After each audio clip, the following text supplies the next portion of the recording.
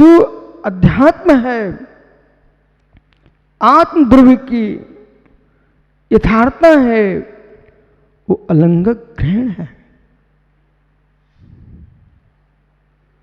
जो भिन्न किसी के प्रमाण का विषय नहीं बनता, भिन्न प्रमेय भी नहीं है, अनुमान भी नहीं है, किसी का अनुमेय भी नहीं है।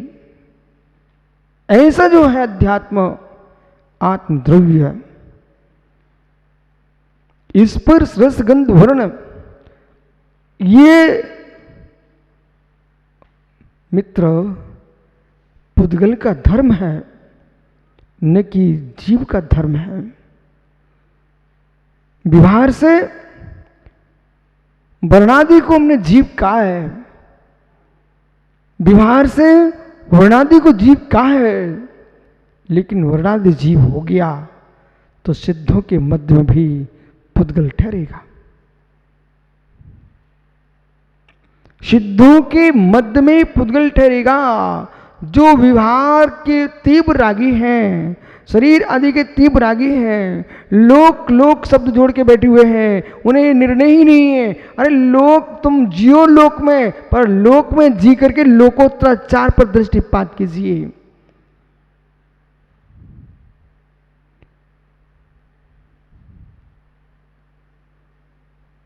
दूध से पानी को अग्नि पर रख करके बाष्पित करके उड़ाना जानते हैं आप मित्र। ऐसे शरीर को अग्नि पर रख करके भिन्न नहीं कर पाएंगे आप। नींबू डाल करके फाड़ दिया दूध को, उसका पानी अलग दिख रहा है। मित्र, दूध फाड़ कर पानी अलग निकाल सकते हो, छेना बना लिया है, दूध के थक्के बन चुके हैं। ऐसे आत्मा में कोई नींबू नहीं निचोड़ा जाएगा। 7 धातुओं में से मित्र अनेक प्रकार के रसायन डाल करके उनको पृथक करना जानते आप। यहां कोई भी रसायन नहीं डाला जाएगा जिससे तुम पृथक कर सको। ये चाक्षुष पृथकीकरण नहीं है, ये चाक्षुष पृथकीकरण नहीं है, पर पृथकीकरण है, अचाक्षुष पृथकीकरण है। ये दृष्टि का ज्ञान का विषय है। और ज्ञान के विषय में लीन होकर के योगी एक एक कर्म की प्रगति को आत्मधर्म से भिन्न वेदते हैं। देह में रह करके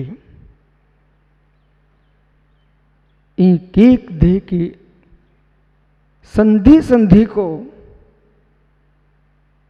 भिन्न देखते हैं। नख से शिखा तक देह से भिन्न बेचते हैं। संश्लेषभूत पर्याय द्रव्य है, स्वीकार है, अशुद्ध द्रव्य है। संश्लेष पर्याय है, द्रव्य का धर्मभूत धर्म नहीं है, स्वभावभूत धर्म नहीं है, विभावभूत धर्म है। इसलिए सिद्धांत शास्त्रों में बंद विवक्षा को जान करके बंद स्वरूप अपने को मत मान बैठना। बंद दिशा में हम हैं, बंद स्वरूप नहीं है। बंद स्वरूप हो गया तो मोक्ष कब होगा? स्वभाव का कभी विनाश नहीं होता है। स्वभाव की उपलब्धि का विनाश नहीं होता है, विनाश विभाव का ही होता है। आप ऐसा कहें कि स्वभाव का तो नाश मेरा अनादि से चला आ रहा है, स्वभाव तुमने प्रकट किया कि उससे तुम्हारा नाश हो गया हो। स्वभाव आवृत था, आवृत था, वो प्रकट होगा विभाव का नाश करके। यही जीव की विशेषता, समझो मैं क्या बोल रहा हूं, यही जीव की विशेषता है। एक बार शुद्ध होने पर पुनः अशुद्ध नहीं होता है, पुद्गल शुद्ध अशुद्ध होता ही रहता है। इसलिए ये कभी स्वप्न मत सोच बैठना कि स्वभाव मेरा नाश किया गया है। स्वभाव नाश नहीं किया गया है। स्वभाव अनादि से आवृत्ति था तुम्हारा, अनादि संबंधित च स्वभाव का नाश किया गया चक्रेश। यदि ऐसा कोई व्यक्ति बोलता है, इसका भावार्थ क्या निकलेगा कि स्वभाव का नाश किया है, मतलब पहले स्वभाव में था अब नाश कर दिया इसका। समझ में आ रहा है कुछ? बराबर है ना? स्वभाव का नाश कर दिया। एक सामान्य व्यवहार की भाषा बोलना अलग विषय है, विद्वानों की दृष्टि से व्याख्या करोगे। ऋषभ पंडित, स्वभाव का नाश नहीं किया गया है, स्वभाव अनादि से ढका हुआ है। आप स्वभाव में अभी तक आए नहीं हो जिसका नाश किया जाता होता। सूत्र का ध्यान रखिए, अनादि अनादि संबंधित आत्मा अनादि से बद्ध है। मग्गन गुठारी 14 से वदंती असुदड़िया बिन्य संसारी सभ्य शुद्धाहु सुदड़िया। मानवस्थान गुणस्थान ये जीव के हैं अशुद्ध न्याय, अशुद्ध नय से बिन्य संसारी, इसलिए इसे संसारी जानना चाहिए। सभ्य शुद्धाहु सुदड़िया, शुद्ध नय से सारे जीव शुद्ध हैं। ये दृष्टि मित्र द्रव्य संग्रह में लिखी ना रहे, इस दृष्टि को योगियों को देखना चाहिए।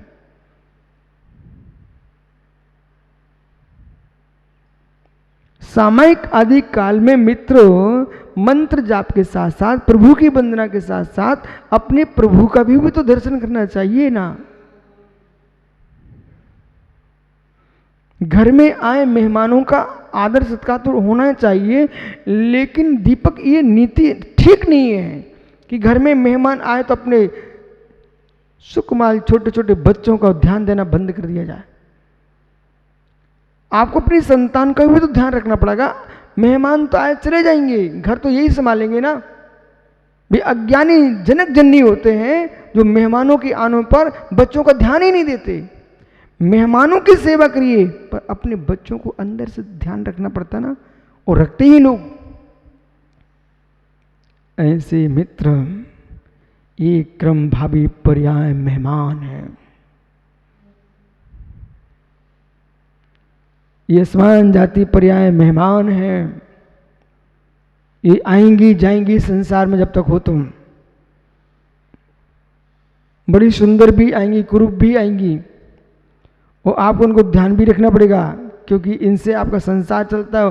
और मोक्ष मार्गी बनो तो इनसे उनका पालन मोक्ष मार्गी बन करके इस देह से ही करोगे। लेकिन इस बात का ध्यान रखना चाहिए, ये मेहमान है, मेरा ज्ञान दर्शन ही निजी संतान है।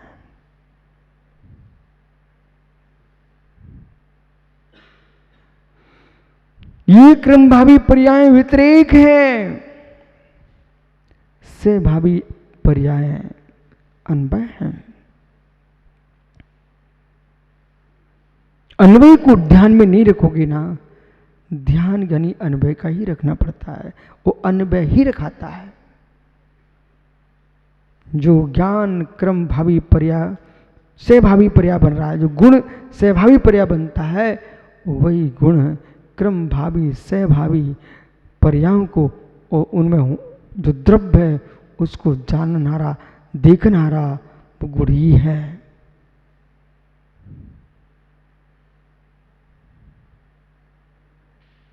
परमात्मा का ध्यान करके ऊपर उठता महसूस करता ध्याता, वो ध्यान छोटा है।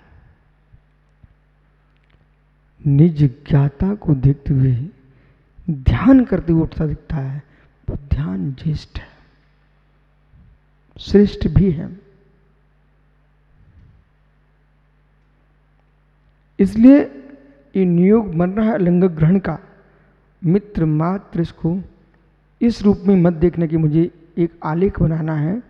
अब अलंग इस रूप में देखना, सुनने के समय अलग होता है और पढ़ने का समय अलग होता है। इसमें ये झांक के देखना मेरा स्थान कहाँ पर है।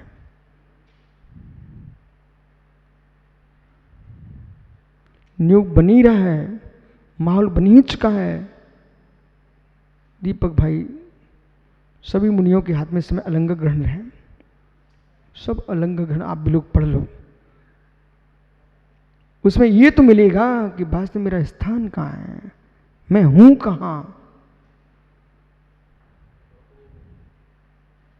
जो जो तुमको दृष्टिगोचर हो रहा है वहां तुम हो ही नहीं हो, हो ही नहीं हो। शब्द ज्ञान से तो दुनिया जान लेती है, अंत से वेदन करिए, वहां हो ही नहीं हो।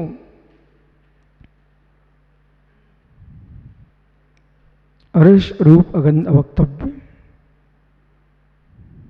ज्ञान अलंग ग्रहणम, जीव मृदिक्षाणम।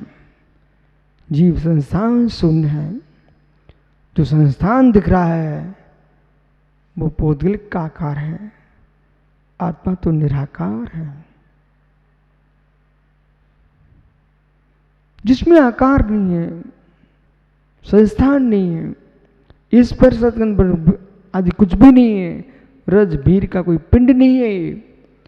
ऐसे आत्म द्रव्य को न पहचान करके या तो स्वयं जिसको प्राप्त है चरम के पिंड को उसमें झांक रहा है, या दूसरे के चरम पिंडों को झांक रहा है।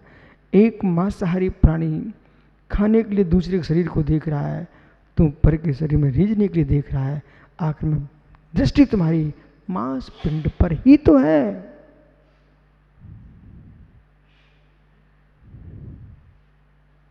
समझो बेटा युवाओं,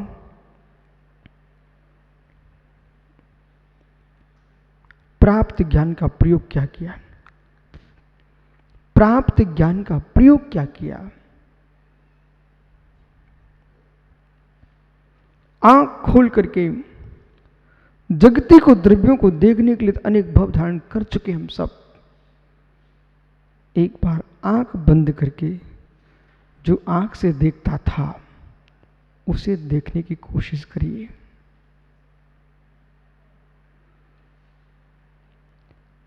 आंखों से मित्र तुमने जड़ को ही तो देखा, आंखों से आपने पुद्गल पिंडों को ही देखा।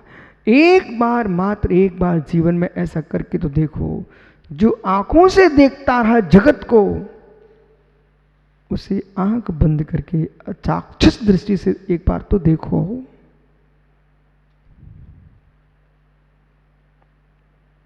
आंखों से देखने वाले को जो ज्ञान चक्षु से देखता है वही अध्यात्म योगी है, वही अध्यात्म योगी है। क्या आप सब ज्ञानी लोग इस विद्या को ग्रंथों में सुरक्षित रखोगे कि मेरे मित्र इस विद्या का आनंद भी लूटोगे?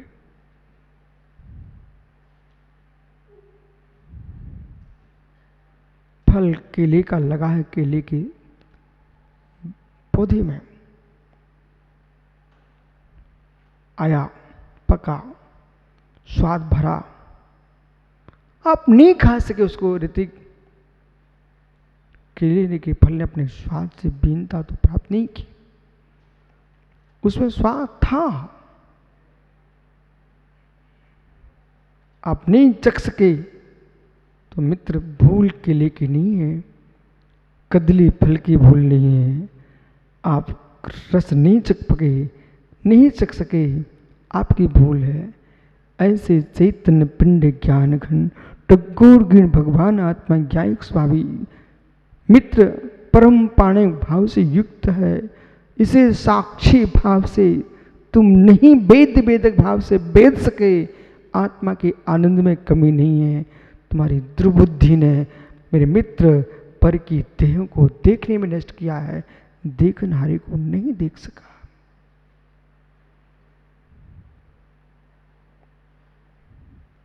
बाह्य वृत्ति, बाह्य वृत्ति, बाह्य वृत्ति। किसी ने आपको समझाने की कोशिश भी की, छलाक मार के उछक गए, उछल के दूर भाग गए। बंदर को कांटा चुभ गया और हड्डी में आर पार कांटा दिख रहा है। एक व्यक्ति करुणा दया आई, उसको कांटा निकाल दूं, कांटा निकाल दूं। अंकुश बेटा कुश, उसका कांटा निकालने के तैयार हुआ एक व्यक्ति, और बंदर ने छलांग मार के दूसरी तरफ भाग गया। तो क्या बंदर के भागने से कांटे की पीड़ा से दूर हो गया क्या? ऐसे गुरु तुम्हारे अंदर के मिथ्या माया निदान 3 शल्यों के कांटे को निकालना चाह रहे हैं। वो आप तुमको व्यवहार ही दिखता, मेरा लोक व्यवहार का क्या हो जाएगा? कुएं में पटक दो, लोक व्यवहार को क्या हो जाएगा? अनादि से उसी का तो सेवन करते चले आ रहे हो, और पुणे वही राग, वही राग। आओ बंदर, सज्जन तो सोचा तेरा कांटा निकाल दूं, पर तू अपने कांटे को न निकाल, उछल गया। ऐसे वो व्यक्ति का चित्त बंदर है, तो माया मिथ्या निदान के कांटे को ना निकलवा करके विषय कसाई की डालियों पर घूम रहा है, और मात्र लोकाचार के कांटों पर घूम रहा है।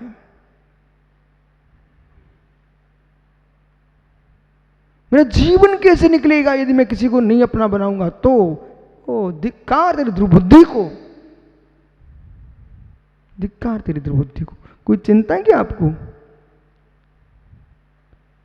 कि मैं सबसे मिलके नहीं रहूंगा तो मेरी सेवा कौन करने आएगा?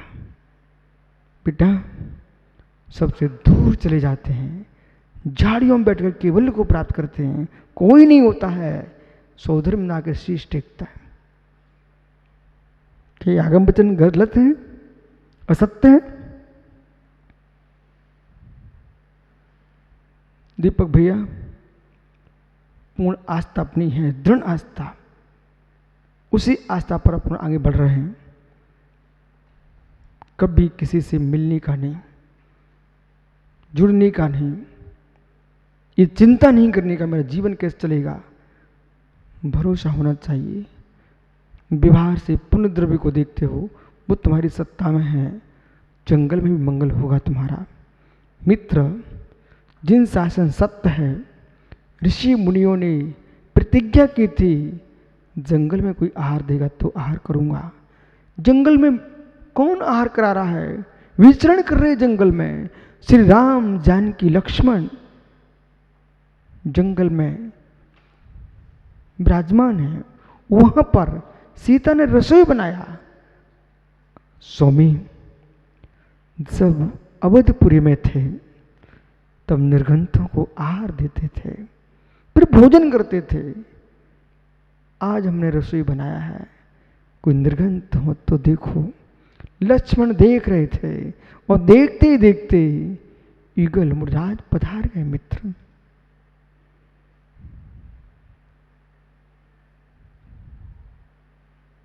जबकि मुरराज का भी नियम था क्या? कोई जंगल में चरिया कराएगा तो आहार करूंगा।